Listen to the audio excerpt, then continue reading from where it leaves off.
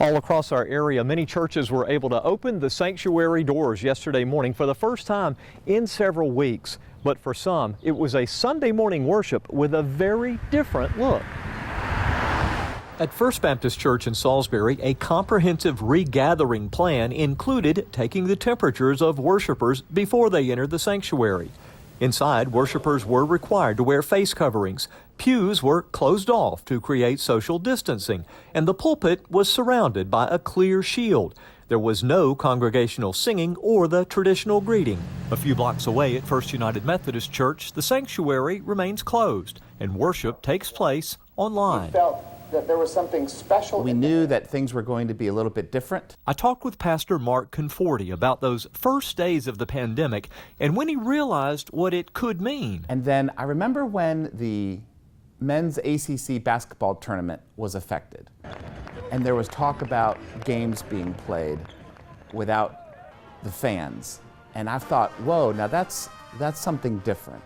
Just a bizarre day here in Greensboro as the ACC tournament was canceled and Florida State was crowned the league champs without even playing a game. That was actually the first time that I thought, oh my goodness, if something is affecting the men's ACC basketball tournament, there's a pretty good chance it's going to affect other things, other places, other gatherings, including church. Churches met for a couple more weeks, but with safety measures that weren't always popular.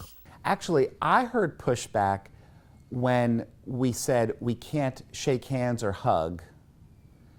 I heard pushback then and concern, hey, are we going overboard a little bit? But it seems that so many churches were needing to shift around March 12th, March 13th.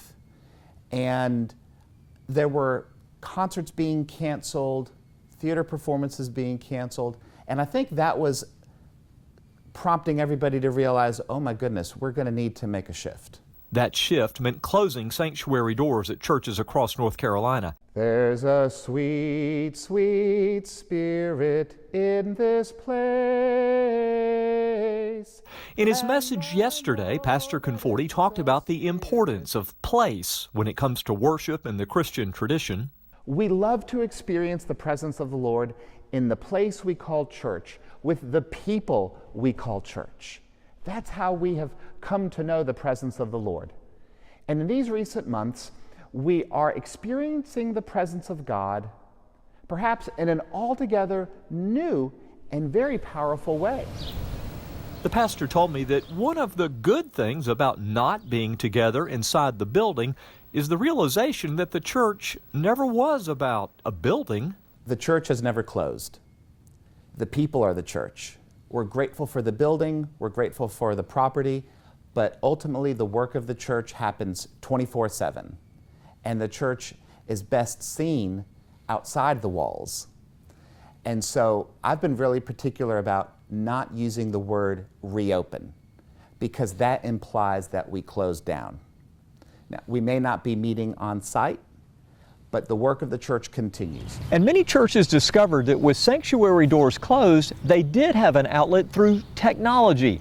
In fact, some churches found it not only helped them to reach their core congregation, but it broadened their appeal sometimes to worldwide audiences. I'll have that part of our series tomorrow night. I'm David Whisenant in Salisbury for On Your Side Tonight with Jamie Bowl.